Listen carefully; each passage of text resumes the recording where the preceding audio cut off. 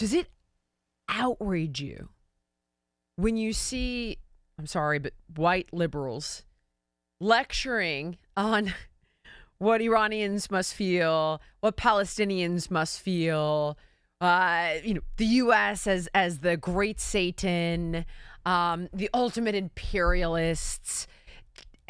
You see kids on college campuses wearing a keffiyeh that come from, the middle of Indiana. Does that just make you want to tear someone's head off? I've seen so many white liberals lecturing Iranians, Lebanese people, Gad Saad yourself. I mean, how does that make you feel? And what are they getting wrong? It is very sad for me and very frustrating, especially now watching what's happening in Iran. Women are beaten, raped, tortured, killed, maimed. I mean, you've seen the pictures, the videos as much as I have, I'm sure. It's all over the internet. It's unbearable. And for refusing to wear a hijab, and here in America, World Hijab Day, a few days ago. Oh my God. And, I didn't know that. People are walking into school, start telling girls to, try this hijab on, you're going to look so good. What is wrong with these people in America? Aren't they watching what's happening in Iran? And, you brought up God Saad and me as Lebanese. He's a Jewish Lebanese. I'm a Christian Lebanese. How come we are not safe in our own countries? So when I see the leftist in our country sympathizing with the Islamist, people like God and I, look at each other, and we're friends, by the way. We look at this and we think it hurts so deeply because they're not believing our stories. We're not talking about something that we heard from somebody else.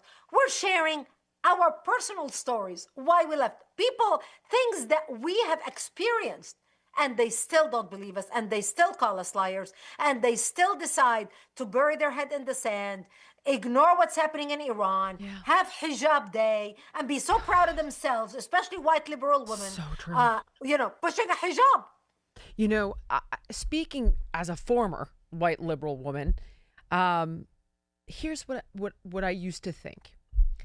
If it was hijab day, I would just think it was something that you loved. If you wore a hijab and it was something you cherished, it was something you wanted, it was part of your culture. And I would want you to know, I think that's great. If that's for you, I'm down with it for you. Oh, I was asked recently by David Harris Jr. to pray with him to Jesus. And I'm like, well, I don't subscribe to an organized religion, but I must admit I'm fascinated by the teachings of Christ. Seems like a pretty good guy. I'm honored to partake in this with you.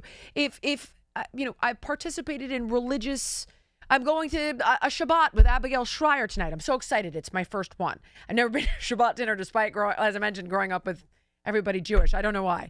I'm honored to do that. I would have thought of it as some sort of try it's hijab. It's something special of our culture that we're sharing with you. I think they see it that way. I don't think they understand the hijab as a symbol of oppression against women. They don't know any better. They really don't. They see these grotesque, devastating images coming out of Palestine, and it's like, make this effing stop. Make it stop. I don't care. Make it stop. I don't want to see one more child dead in the rubble. This is what they see. They don't know any better. But what's alarming is they don't take the time to listen and learn. What got me working with the United Nations Refugee Agency back in 2018, I remember Syrian children trying to escape being gassed by Assad and washing up on the beaches dead.